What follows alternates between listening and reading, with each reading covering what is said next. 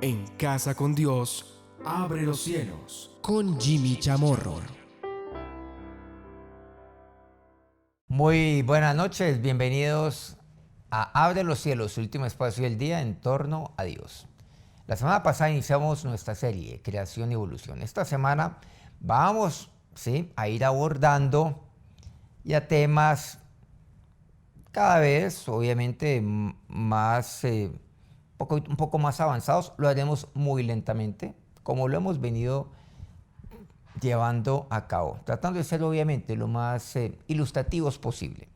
Nunca estaremos sacrificando naturalmente la profundidad de los temas, es la manera como lo estaremos abordando. Bueno, por cierto, he recibido pues muchos comentarios, mucha interacción, hay muchas preguntas, quiero agradecerles sus inquietudes. Hay muchas preguntas que han formulado. Estas inquietudes las vamos a abordar, no se preocupen, hay inquietudes que tienen que ver con la palabra de Dios. Por ahí alguien me mandó más de 20 preguntas ahí en el Facebook. Muchas gracias, de verdad.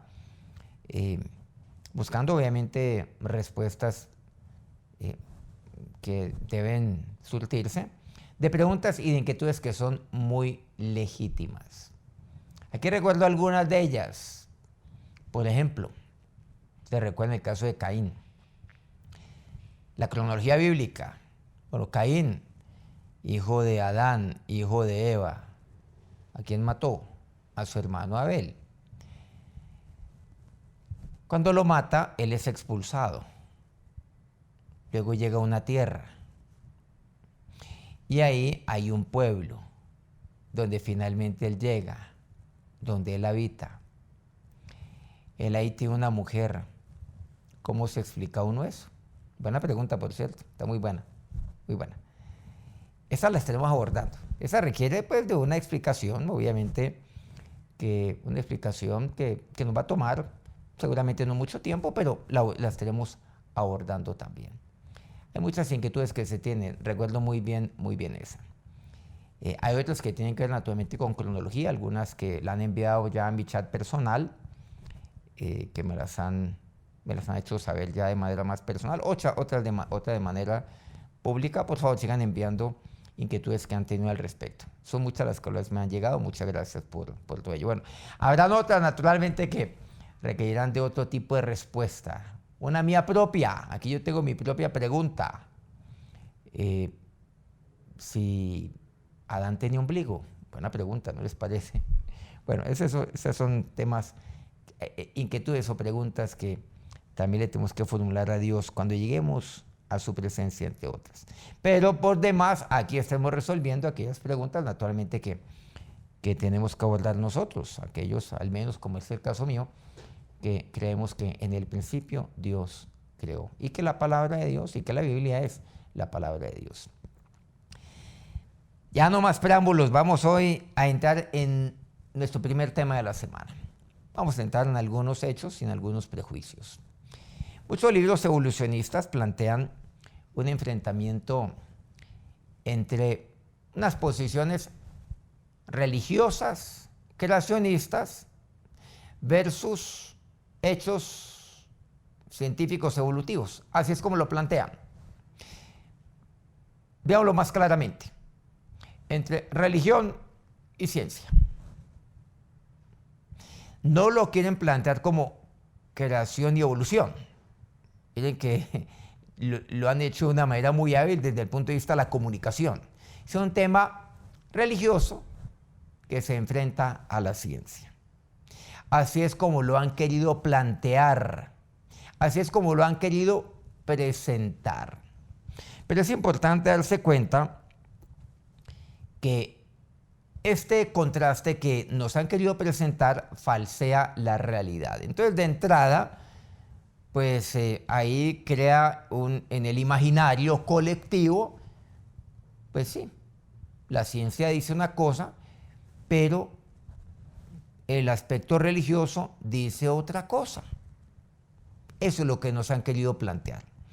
Asimismo, nos quieren presentar frecuentemente a presupuestos filosóficos que son completamente ajenos a la ciencia. Entonces también está esto que está por acá, unos presupuestos o unas ideas filosóficas, las cuales se enfrentan a la ciencia.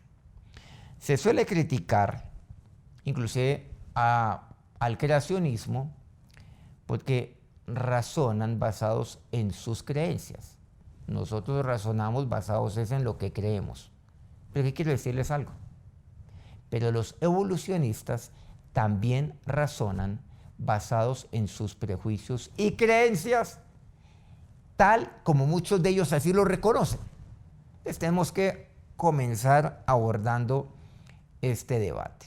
Entonces el debate entre creación y evolución, pues es básicamente un debate, es un enfrentamiento entre dos concepciones del mundo. Cómo cada uno percibe el mundo.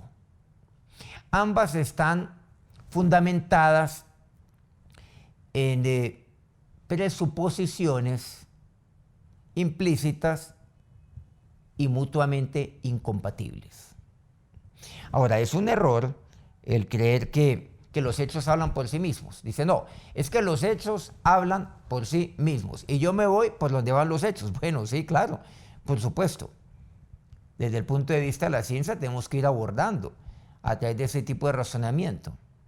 Pero aquí también tenemos que ver algo y ser sinceros. Es que los hechos siempre son interpretados según una concepción previa que yo tenga. Entonces yo tengo ya un marco ideológico marcado en mí, aquí en mi mente. Yo tengo ya una concepción preconcebida y sobre eso, sobre esa concepción que yo tengo aquí, sobre ese marco ideológico que yo tengo aquí e inclusive sobre esa creencia filosófica que yo pueda tener aquí, yo interpreto los hechos. Entonces, sí, están los hechos, pero aquí la pregunta es, ¿cómo se están interpretando los hechos? Este es el tema. El marco ideológico sobre el cual se fundamenta el evolucionismo es denominado naturalismo, el cual supone que todas las cosas se hicieron a sí mismas. Eso es lo que llamamos naturalismo. Vamos definiendo pues algunos términos, no definiendo, sino abordando algunos términos. Por supuesto, el naturalismo desecha cualquier intervención de carácter divina.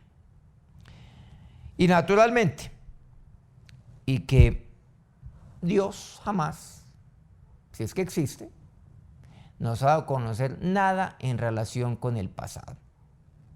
Eso es lo que nos han venido diciendo y sobre lo cual se fundamenta, digamos, la creencia, la ideología evolucionista.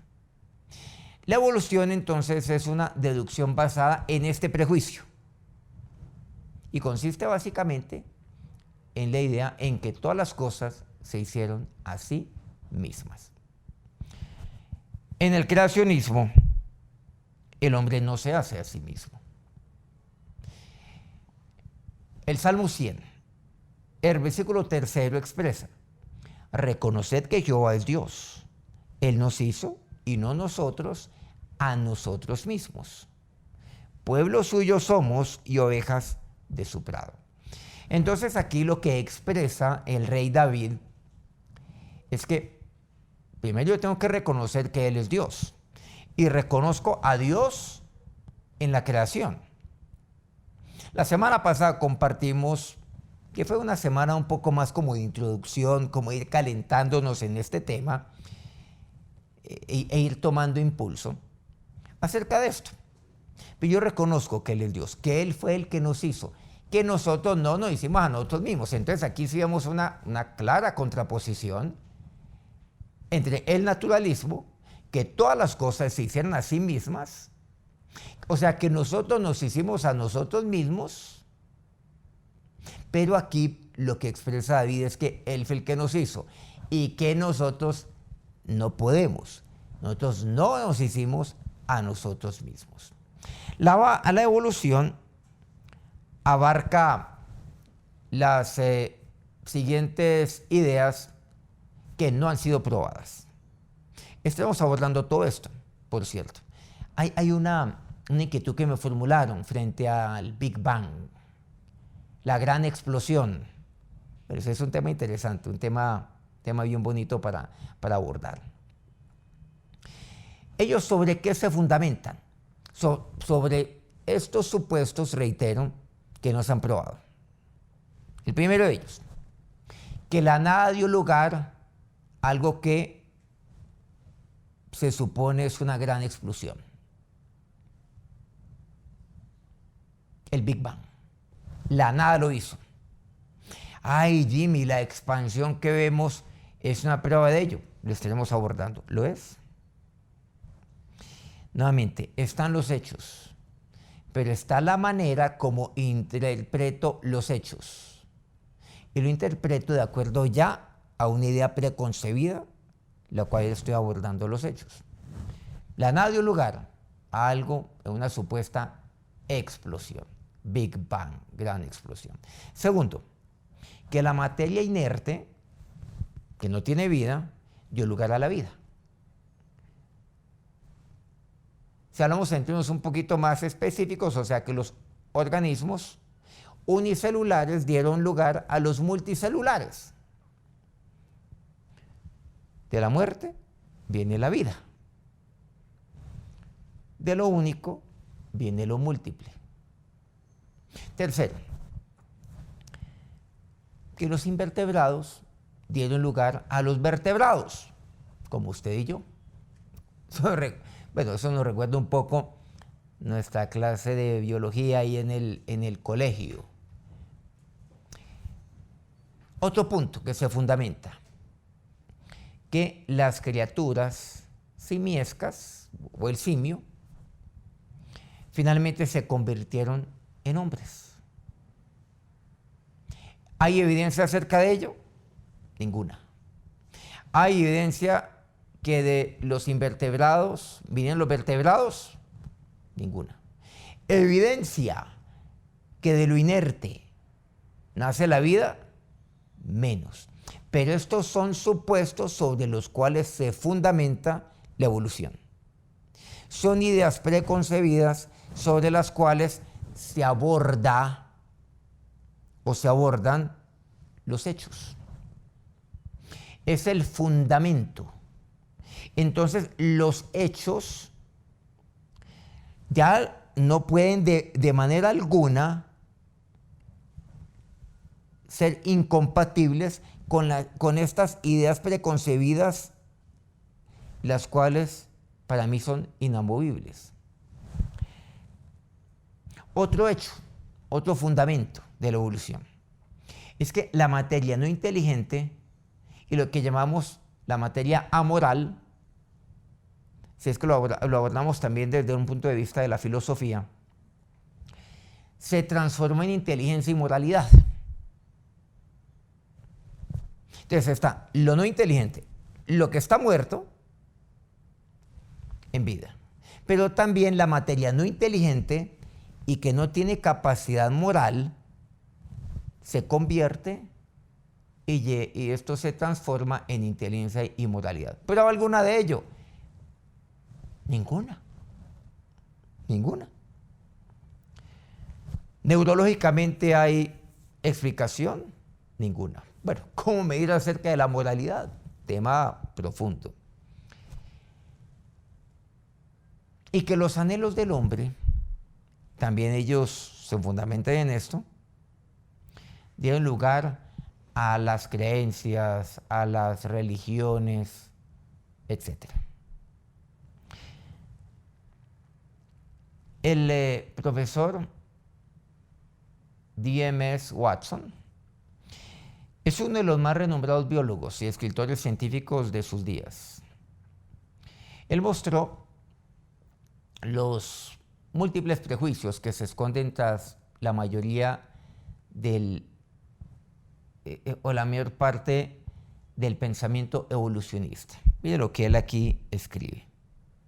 La evolución es una teoría universalmente aceptada, dice él.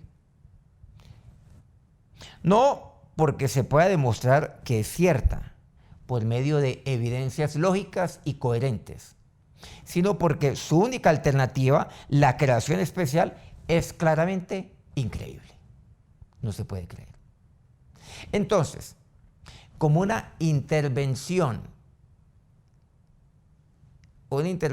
divina, es la única alternativa y es increíble porque yo no puedo creer en eso, me tocará aceptar la evolución. Así no la pueda demostrar. Por medio, dice el profesor Watson, de evidencias lógicas y coherentes. Lo lógico y lo coherente no demuestra aquello que es universalmente aceptado. DMS Watson. Ahí les dejo la referencia. Por lo tanto, la disputa no es entre creacionistas que están cargados pues, de prejuicios religiosos y místicos y que están cargados de fe versus evolucionistas que son científicos y que son objetivos, sino que lo que estamos viendo es que es entre los prejuicios, sí, del cristiano y los prejuicios de la religión del humanismo.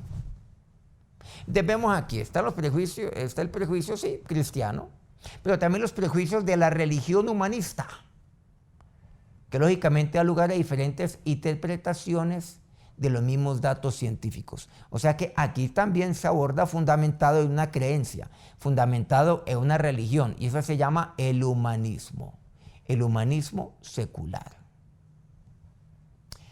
Tal y como aquí lo expresa el doctor Boyce Rensberger, anticreacionista, por cierto, este personaje. El profesor Rensberger reconoce lo siguiente. Y miren lo que él aquí escribe, lo que él dice. Aquí toca hacer, pues obviamente que literal. Dice, en este punto es necesario sacar a luz ciertos mecanismos escondidos para ilustrar la forma de trabajar de los científicos, algo que los libros de texto realmente no confiesan, dice este profesor anticreacionista. La verdad es que los científicos, añade, no son ni mucho menos tan objetivos ni desapasionados en su trabajo como quieren hacernos creer. La mayoría de los científicos obtienen sus ideas iniciales sobre el funcionamiento del mundo, no a través de procesos rigurosamente lógicos, sino por medio de presentimientos, intuición, corazonadas. Como individuos que son, frecuentemente llegan a creer que algo es cierto, mucho antes de obtener las evidencias que puedan convencer a otra persona que efectivamente lo es. Y aquí yo tengo que hacer un alto, un par de lo que dice aquí el profesor Rensberger. Antes de examinar la evidencia, yo ya creo que algo es cierto, mucho antes de obtener las evidencias, por cierto. Es lo que él dice. Concluye, el científico, movido por la fe en sus propias ideas y el deseo de aceptación por parte de sus colegas, trabaja durante años, persuadido en su corazón de que su teoría es correcta, ingeniando un experimento tras otro para obtener unos resultados que él espera sirvan para favorecer su punto de vista. Clarísimo, aquí nada tengo que añadir. De verdad que aquí la cuestión no es quién se mueve por presuposiciones o suposiciones previas, sino que cuáles son las suposiciones previas adecuadas con las cuales debemos partir. ¿Cuál es nuestro punto de partida? ¿Cuáles son aquellas suposiciones previas? Entonces, este tema hay que abordarlo de una manera muy diferente, como seguramente pues, nos han dicho. o nos han enseñado. Y lo hemos aprendido de una manera muy ligera. Y diría yo, lo hemos aprendido de una manera muy religiosa. Simplemente lo hemos creído porque eso nos ha dicho. Religiosa en el sentido es, lo hemos creído simplemente porque sí. Porque eso es lo que nos han dicho en las aulas escolares. Porque eso es lo que dicen los textos. Y en este punto no nos enseñan a tener un pensamiento crítico. El profesor Richard Lewontin, un experto en genética, marxista autoproclamado, si es que todavía existe eso de marxismo, pero obviamente que esto sí es importante en los evolucionistas.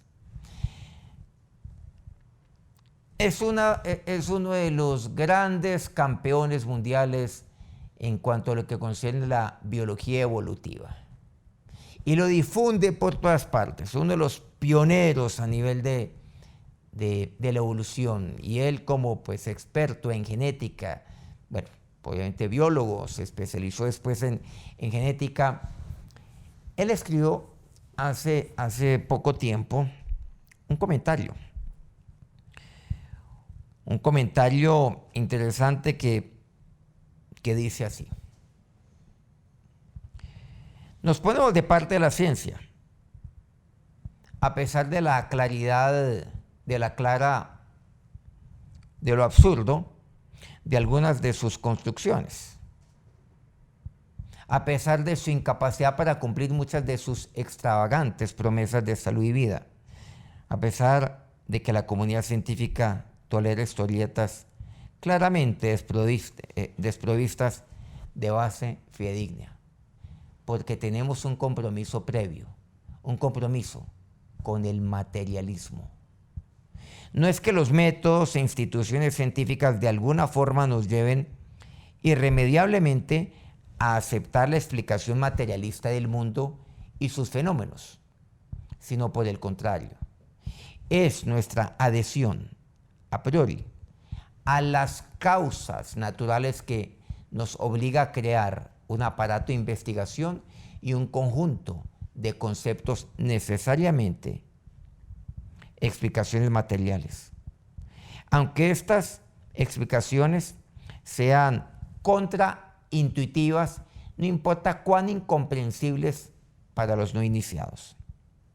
Además, este materialismo es un absoluto, porque no debemos permitir un pie divino en la puerta. Miren, este personaje crítico acerca de todo lo que tiene que ver el materialismo. Pero ¿qué es lo que dice? Este materialismo en nada ayuda, en nada construye, de nada sirve, pero es necesario, porque no podemos dar pie a lo divino. No podemos abrir la puerta a lo divino. El Salmo 110, en el versículo 4 dice: el malo, por la altivez de su corazón, no busca a Dios. No hay Dios en ninguno de sus pensamientos. Tal cual, lo resume muy bien la palabra de Dios. No puede haber Dios en ninguno de sus pensamientos. ¿Por qué? Porque no puede ser. Porque eso es inaceptable. Muchos evolucionistas entonces critican a aquellos que creen o creemos que en el principio Dios creó, no por causa de los hechos, sino porque los creacionistas se niegan a jugar con las reglas actuales del juego de ellos, fundamentados en lo no evidente. Y porque en el creacionismo, por supuesto, a través de lo que allí se comparte y se cree, se abre la posibilidad, se abre una puerta de una creación supernatural, cosa la cual no sería aceptable. El biólogo Richard Dickerson dejó claro que es verdaderamente un juego. ¿Viste? Lo que trata es de un juego, dice. La ciencia, dice él, es fundamentalmente un juego marcado por una regla suprema que es la siguiente. Regla número 1, como única regla. Veamos hasta qué punto conseguimos explicar el comportamiento del universo físico y material sin invocar lo sobrenatural, tan solo en términos de causas puramente materiales y físicas. Ese es el tema. Tenemos una regla número 1. Vamos a ver hasta dónde llegamos. Y tenemos que explicar a cómo es el lugar, el universo físico y material. Y nunca invocar lo sobrenatural. Y si invocamos lo sobrenatural, será solo en términos de causas puramente materiales y físicas. Ese es el juego. Todo juego tiene unas reglas. Y esta es la regla de juego. En la práctica, el juego se amplía para tratar de explicar no tan solo el comportamiento, sino también el origen de todo, sin aludir en ningún momento a algo sobrenatural. De hecho, por cierto, quiero aquí mencionar que la evolución a menudo es muy inconsistente, o sea, más de lo que creemos, con sus propias reglas en contra de referirse a un diseñador inteligente. Es que ellos no ven que hay un diseñador inteligente detrás de todo. De esto se trata, de que hay un creador que todo lo diseñó y que lo hizo inteligentemente. Por ejemplo, cuando los arqueólogos encontraron el ejército de terracota en la ciudad de Xi'an, en la China, que por cierto yo lo conocí, lo menciono pues con conocimiento de causa, allá me llevaban en su momento, atendiendo una invitación que muy amablemente me extendieron. Está entre una de las maravillas del mundo.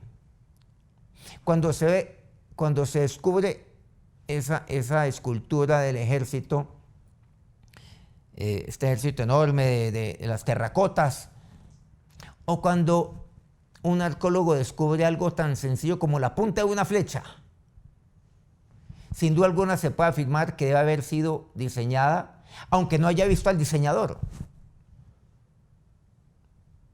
Es apenas lógico. Entonces ahí sí lo acepto. Pero cuando veo algo que tiene un diseño mucho más complejo que una punta de una flecha, ahí no puede haber diseñador alguno.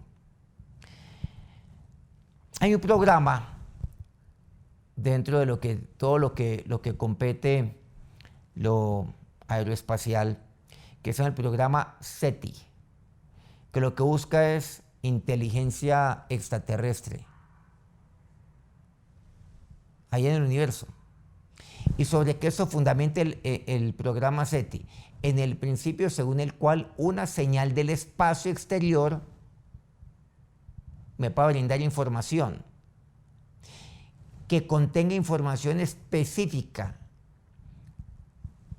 que debe proceder de una fuente inteligente. Entonces mire cómo hay inconsistencia en todo esto. Sin embargo, el prejuicio materialista de muchos evolucionistas les hace negar que la enorme cantidad de información que contiene toda célula viva proceda de una fuente inteligente. Esto no se parece en nada a la inocente imagen del científico que supuestamente va solo donde la evidencia le lleva, pero es la triste realidad. Acerquémonos a Dios, a nuestro Creador, en esta noche. Sobre Dios nos acercamos a ti en esta noche, sabiendo, Dios, que tú eres el Dios de la creación. Y así como el salmista expresa, ahí en el Salmo 103, Señor, tú eres el que me has hecho. Yo no me hice a mí mismo. Eres tú el que lo hizo, mi Señor y mi Dios. Gracias por permitirnos cada día más y más entender toda tu palabra en mi vida. Gracias por alimentarme, oh Dios, cada día más y más de ti. Y gracias, porque Señor, a través de tu creación, tú me hablas. Que tu bendición sea sobre tus hijos en esta noche y siempre. Amén. Que Dios los bendiga. Mañana los espero. Vamos a ir abordando cada vez más y más este tema, creación y evolución. Dios los bendiga nuevamente.